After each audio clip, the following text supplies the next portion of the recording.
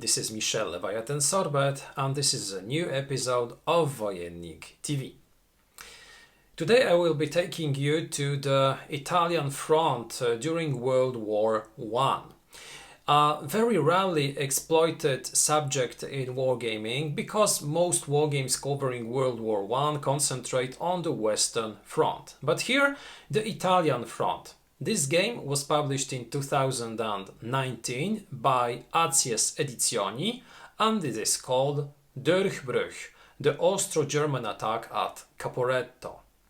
So this will be a game covering this huge Allied Austro-German offensive from 1917, which pushed the front line several kilometers into Italian territory and which culminated with taking nearly 300,000 Italian prisoners of war.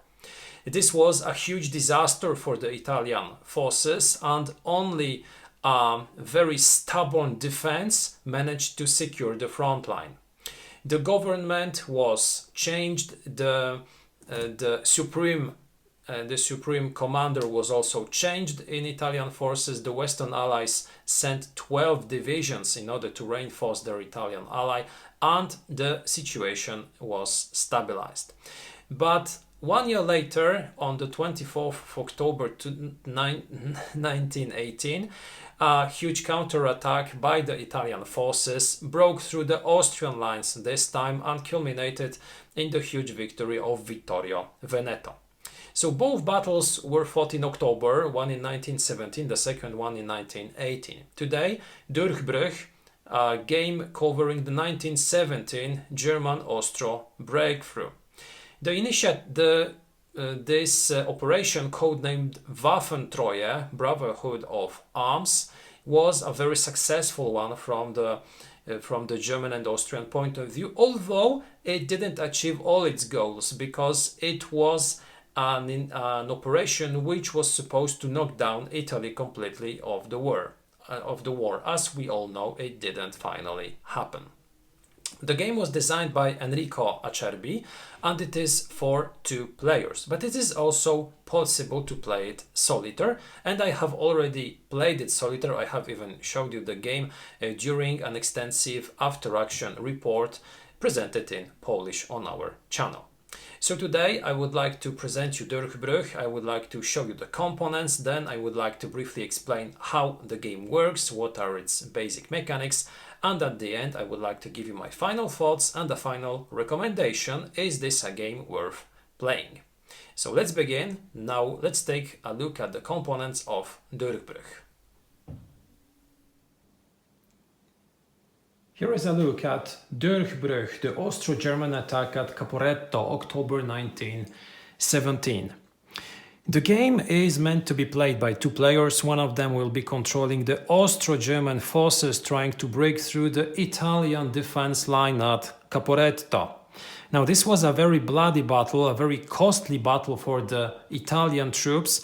Italy almost succumbed during this offensive, but at the end the front was stabilized and Italy prevailed to fight another day, which came 1 year later, and during the Vittorio Veneto battle, the Vittorio Veneto offensive, the Italian forces managed to break through the Austro-Hungarian lines, and this is very often considered as the last moment of existence of the Austro-German Empire.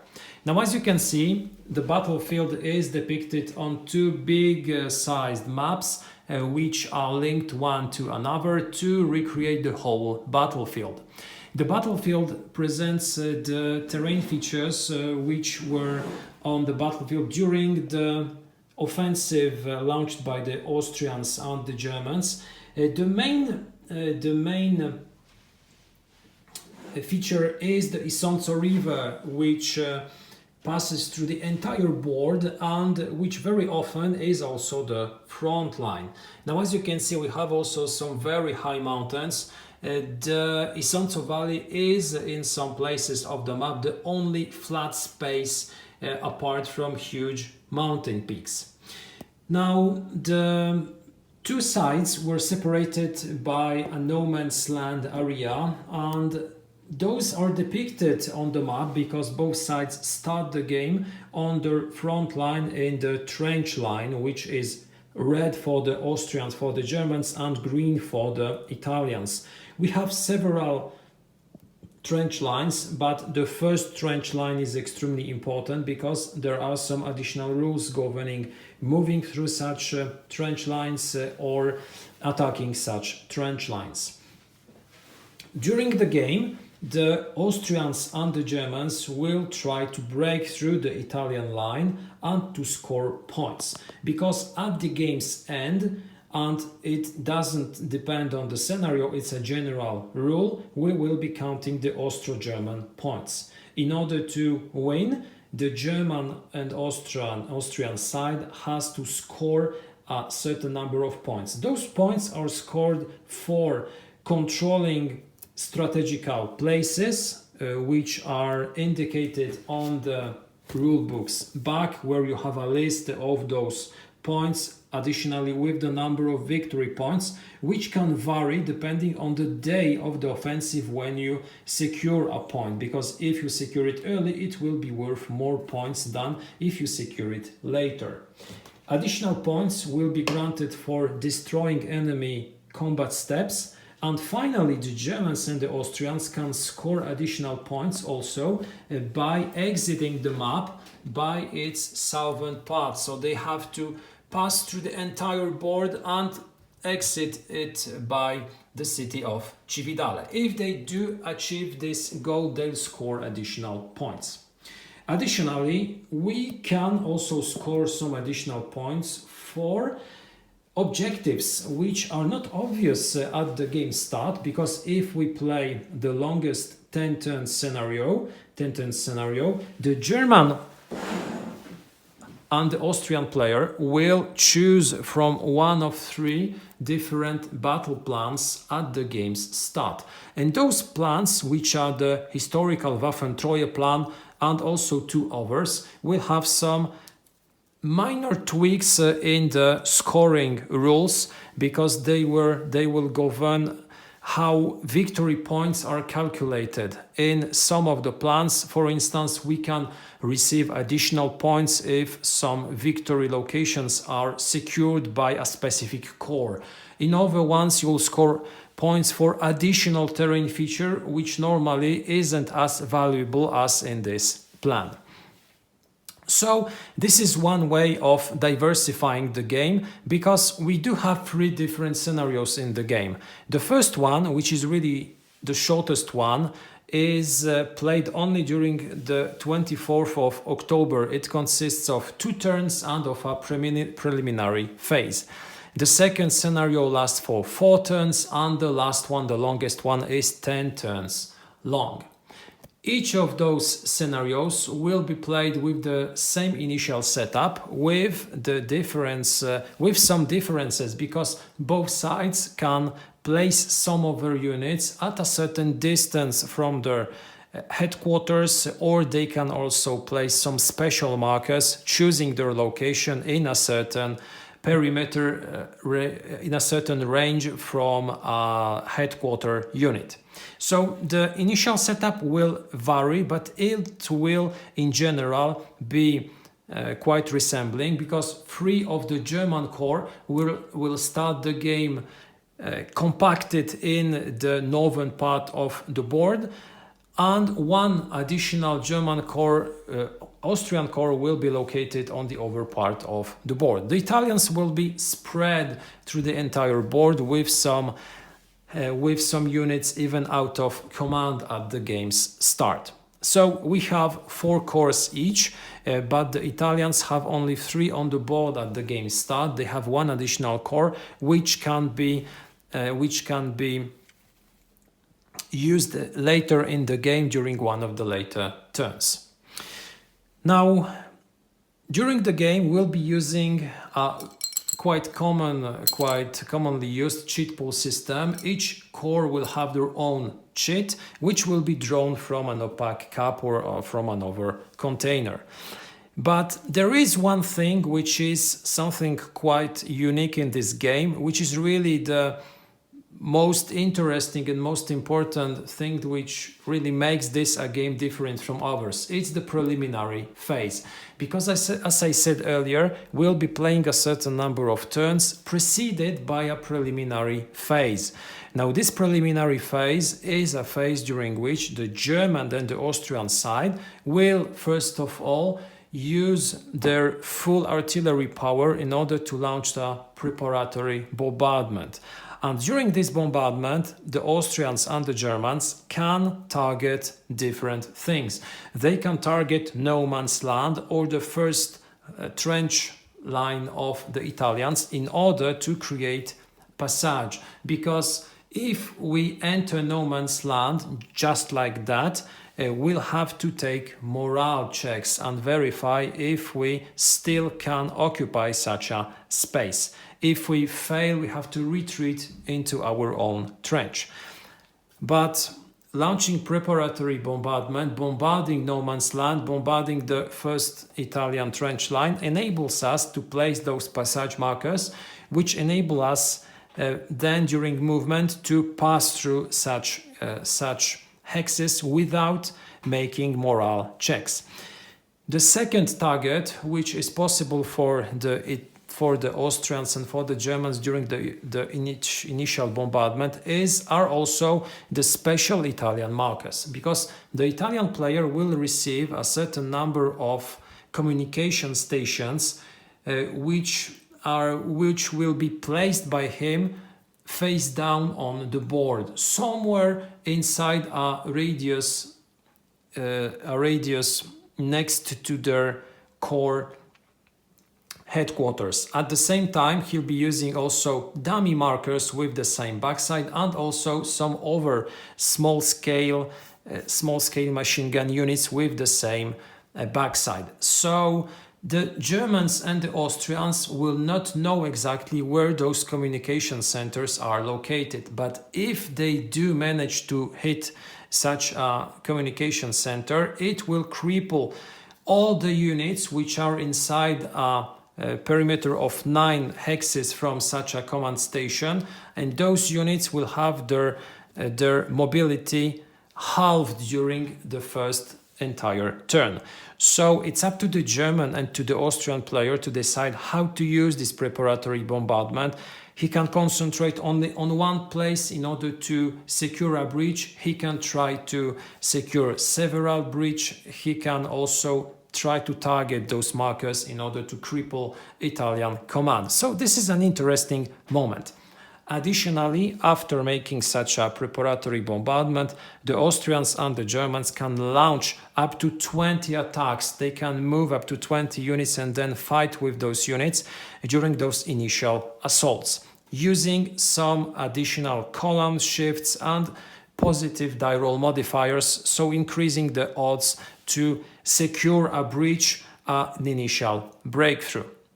During this initial phase, pioneer German units can also launch gas attacks, which can cripple Italian defense. So there are several interesting things which are happening during this phase. And as I said earlier, if I were to tell you what is the most interesting aspect of this game, it would be this preliminary phase, which really makes this game unique, which really makes this game special.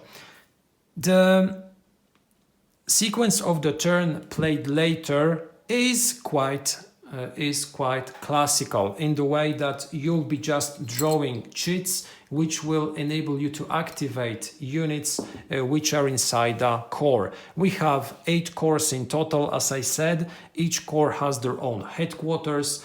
Those headquarters have also a certain range at which they can pass their commands to their divisional headquarters, and those divisional headquarters also have a certain range at which its units should be in order to be in command. If they aren't, they receive out of command counters which will cripple their mobility, and if they remain out of command for 2 consecutive turns, they'll even lose their zone of control and they will be halved during defense. So it's important to keep your units in a certain distance from their headquarters. Now, there are different types of units which will be activated. The most classical one will be the infantry unit, which has first of all a certain strength capacity, strength number, secondly a mobility value, also an additional machine gun modifier which will be used in order to obtain additional die roll modifiers during combat, and also a morale value which can range from A, which is the best, to D, which is the worst. Those units have a certain number of steps. If they lose a step, they are returned. If they lose another step, they are removed from the game. We get some special units which are, for instance, Alpine Corps units, which are more efficient on mountain spaces. We get also some machine gun koi units, which at first glance are not very powerful, but which also enable us to receive positive die roll modifiers during combat. We have extremely valuable engineer units who can not only build bridges, destroy bridges, but also place passage markers or even help us to get better odds during combat through the Isonzo River. We have also some Stoßtruppen, so assault units on the German side, which are very mobile, which are very powerful during attacks, which can ignore to a certain extent also enemy zone of control, but at the same time they, as you can see, have no machine gun modifiers. What is important is that the German and Austro player, before game begins, has also the possibility to adjust the strength and to add some additional steps and strength points to a certain number of their units. By increasing the strength, those units not only become stronger, but they also receive additional steps, which is extremely important because, as I said earlier, Germans and Austrians will lose victory points for every step lost. But if such a step is lost from a marker, it won't count. It is not a negative point. So using those units in order to pierce through the Italian defense, in order to use them to take hits if we happen to receive hits, is also crucial in order to maintain our pace, in order to maintain our offensive. Now, during the game, it will be very important also to take a look at the terrain features, because, as I said earlier, we get the Isonzo River, we get trenches which increase your defense value, we get some mountain peaks, we get trails, tracks, roads, some minor rivers, etc. A lot of things are going on the board. It's very important to accommodate to these terrain features and to find the best approach in order to attack your enemy. The Italians will probably try to retreat to their second, third trench line and to stop the German and Austrian advance. The Germans and the Austrians will try to break through the Italian lines with a nice tempo in order to keep the offensive going. What is important is that both sides have also artillery units which can be used in order to bombard enemy positions or also to support attacks or defense. Hit units may become pinned. In that case, they lose their zone of control. They are more easy to bypass and to be destroyed also if attacked once more during a next turn. So the game, after drawing a cheat is resolved in a certain number of phases. We will be checking if the units inside your core are inside the line of command of your headquarters. You can launch artillery bombardment, then you can move your units using mobility, strategical move, and then you can launch attacks. Attacks are quite easily resolved because using a very classical combat resolution table with the information of how many steps loses the attacker and the defender during such a combat.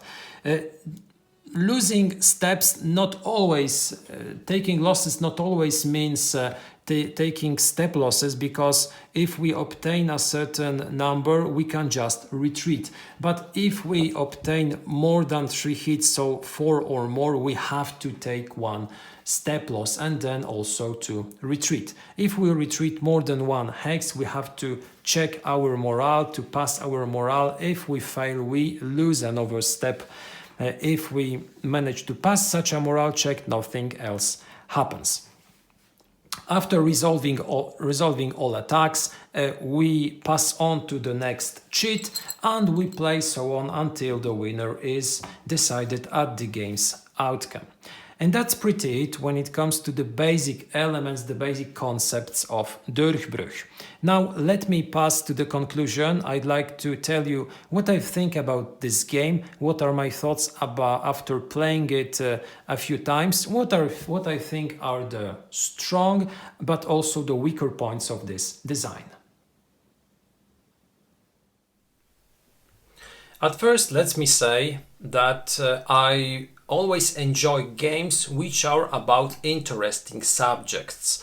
I like playing new games, I like discovering new battles, and I like the games which focus on not very well known, not very much exploited subjects. And Durchbruch on paper looks like an extremely interesting game because it covers an interesting battle.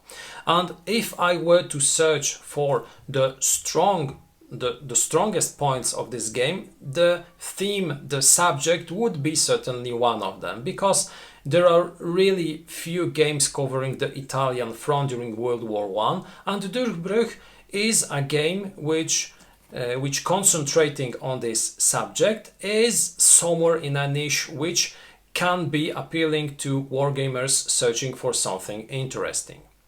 So the theme, the subject is of course one of the strongest points of this game. The second one is, in my opinion, the pretty and functional elements, because all that we receive in the box of Durchbruch is of a high quality. I like the artwork on the map, I like the artwork on the counters. I think they are functional because we get only a few stats on them and it's very easy to understand how they work. We get also the player aids, we get the initial setup cards, and it also works very fine because the maps are quite big with big hexes, so you have absolutely no problem with storing everything on inside those hexes. Having said that, I think that two things when it comes to the quality of the components could have been done better. The first thing is related to the map. I said that it is functional because it has big hexes on which you can store everything very comfortably, but there is one rule which says that the hex, when looking for the type of terrain on a hex, you should look at what type of feature occupies the majority of this hex. Okay, the rule is pretty straightforward, but looking at some hexes on the board, I really had doubts which type of terrain occupies the majority of a hex. Is it a clear terrain? Is it a level 1 terrain? Is it a level 2 terrain? Sometimes I had the feeling that it's absolutely 50-50 and I had to choose from two different types of terrain. The second thing is related to the counters, because as you could have seen a few moments ago, those counters, the counter units, are always part of a core. Those cores have a colored band on the upper side of the counter. But if you take a closer look at the Italian and at the German Austro corps, you'll see that the same color had been used for opposing corps. So, for instance, we have a yellow Italian corps and an Austro-German Italian corps. This is not a big issue, but another thing is that the colors used for the unit counters are such that the Italians, which are dark green, in some light are very resembling to the German units. The Austrians are grey, they are clear, they are quite easy to distinguish, but the two others, the Italians and the Germans, especially when the offensive is launched, when there are some Italian units behind the German line because they had been surpassed, surrounded, left apart, it might be sometimes confusing. And during my plays it was confusing. At some points of the game I had to really take a closer look at the counters in order to see that, oh, okay, this is an Italian counter. This was also due to the fact that the colored band was the same for the opposing corps. So, for instance, I had a surrounded Italian unit with a yellow band and German units with the yellow band also around it. Well, you could have chosen, for instance, blue or pink or other colors, which would be different for opposing armies. This would be much easier. Having said that, when it comes to the components, the quality of the rule book, the paper used, the number of examples, the colors, the player aids, it's really great. It is of a very high quality. What I really like in this game is the fact that you receive a lot of elements which are well related to the battle. So the author introduced a lot of mechanics which really make you feel that this is Caporetto and that this is World War I. So you have rules governing machine guns. You get a lot of rules governing machine guns because you get not only separate machine gun counters, you also have the machine gun bonus on infantry units, you get the additional die rolls for machine guns. When you think of World War I, you think of trenches and machine guns. So both elements, trenches and machine guns, are present in the game and they are very important. Trenches are extremely important because not only no man's land and trench is the first major line of defense of the Italians, it is also it has also its own rules. You have special rules governing passing through no man's land. You have special rules governing first line trenches. You get additional column shifts while attacking trenches, etc. So those two elements are here and they instantly make you think of World War I. Additionally, you get things which are related to the battle, so you get the initial gas attacks by the German pioneers. You get the very clever and very good idea with introducing the three Austro-German different plans which he can choose from before the game starts. I like it a lot because it increases the replay value of this title. It also makes the German and Austro player decide in a more specific way where to focus his forces, where to focus his effort. You can feel like a real commander choosing which objectives should you take and where to concentrate your forces. I like it a lot. I like the preparatory phase, which is in my opinion one of the biggest and best things in this game, because after this phase it is pretty similar to many war games. You get the cheat pool system, you verify command, you move your units, you fight, and you end your turn and you draw a new cheat. But before this preparatory phase is extremely interesting from the German and Austrian point of view, because not only you get to make an initial bombardment, you can choose what to bombard, or concentrate on the no man's land or the first line trench in one place, in several places, try to locate the Italian communication center. So there are a lot of decisions and a lot of things to do. Then you launch your initial 20 attacks. So again, you have to choose where to attack, how to attack, with what units, how to distribute your additional step points. It's all interesting, it's all great. It gives you additional decisions, it grants you additional decisions to make. It is just interesting and I like it a lot. I think it's the most interesting thing in Durchbruch. So what are the weaker points of this title? I have already said a few words about the hexes, about the color bands on the counters, but one thing in my opinion is definitely the weakest part of Durchbruch, and this would be the rules. I'm a little bit confused because this is the second edition of this game, so I believed that when publishing a second edition you should release a polished rulebook, a rulebook with explanations, a rulebook corrected thanks to the initial feedback after releasing the first edition of the game. Well, I absolutely didn't have this feeling when reading the rules, when comparing the rules to the player aids or to the initial setup charts, because there are a lot of ambiguities. The language used is not Shakespearean English. It is clearly visible that it was translated by someone for whom English is not its mother's tongue. We get some ambiguities, I said, because we have some things which are omitted from the rules or which are not very clearly explained. For instance, we have on the map two roads which seem to be different from others, and they are absent from the terrain chart. So we do not know if those are special rules, maybe they are railroads which are indicated in the rule book. But again, after posting such a question on BoardGameGeek, I very quickly received an answer from the author, from the designer. Those are standard rules, so if they are standard rules, why making them different on the board? It's only confusing.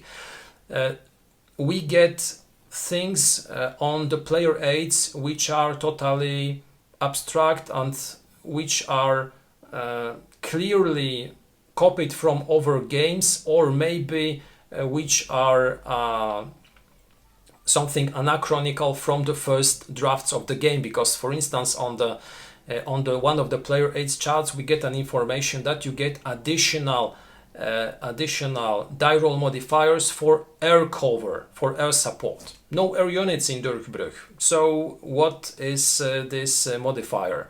You get errors concerning reinforcements, because on the initial setup charts you have the information that, for instance, you should place the RDT unit on the map somewhere, but there is no RDT unit. Then you receive information that some units should enter as replacements, but in fact they enter from the game start, and a lot of similar things. Additionally, I believe that some rules governing victory points are also not only wrong but bugged, because you get, for instance, additional points for capturing two of the objectives during turn 1. If you capture them on turn 2, the number of points is smaller. But looking at the board, looking at the mobility of your Austrian and German units, even if we get a Red Sea maneuver of the Italians, meaning that they leave the passage to the Austrians and German forces, they still can't even reach those targets during turn 1. So why include such additional points if it is impossible to reach those two objectives? I don't get it. I don't know why it was indicated in such a way. So I think that there are some issues with this game, and when learning the rules, when playing the game for the first time, you should take also a look at the frequently asked questions which are compiled on BoardGameGeek. You should take a brief look at the rules section on BoardGameGeek, where you'll find several topics which I posted to receive information about some mechanics. But still you will find some issues, still you will find some question marks, and you should consult maybe other sources or contact directly Enrico Acerbi, or maybe or maybe introduce a house rule and keep playing. One more thing, which in my opinion is a thing that should be underlined, is that this is a game in which the Italian player, the role of the Italian player is really a lot less interesting than the German and Austrian player. I said a lot about the decisions that the German player has to take before the game starts, then the decisions that he has to take during the preparatory turn, and then he passes on to the offensive. He launches attacks, he moves, he decides where action takes place. When playing the Italian player, you have not so many options. You have nothing to do during the preparatory phase, then you get smashed by the Germans and by the Austrians during the first few turns. You get the fourth corps, which is a reinforcement, of course, which enables you to maybe counterattack somewhere, but during the entire game you will be probably just trying to recreate your defense and save the most possible number of units. Is it fun to play? From the Italian perspective, I'd say not a lot. So at the game's end, when we count the points and you have for instance 43 or 44 points from the German perspective, or you failed to achieve victory because you should have scored 60, you have 50 points and you lose, suddenly the Italian player who was smashed during the entire game is the victor. Well, this will not be a very pleasant play. Unless you like to be all the time in defense, unless you like to optimize the way that you're preparing your defense, so creating additional defense in depth, launching occasional counterattacks, saving your troops from annihilation, maybe you'll have fun. But probably if you like games in which both sides can attack and defend at some points of the game, this will not be fun. So if you want to test this game, I'd advise you to play it twice, each time changing sides, so you'll be able to play this German and Austrian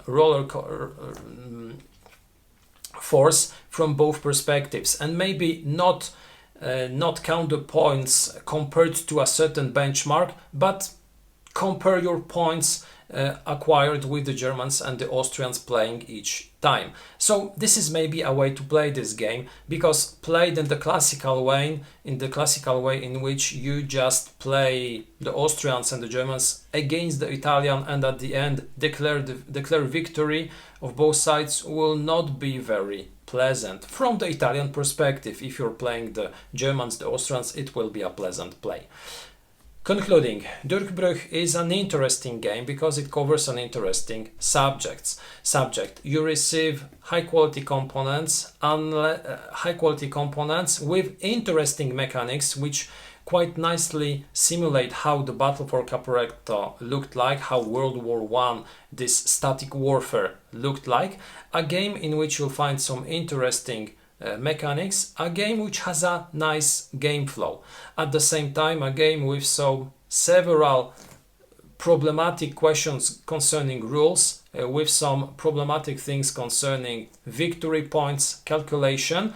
A game in which probably you'll have fun only playing as the German and Austrian player.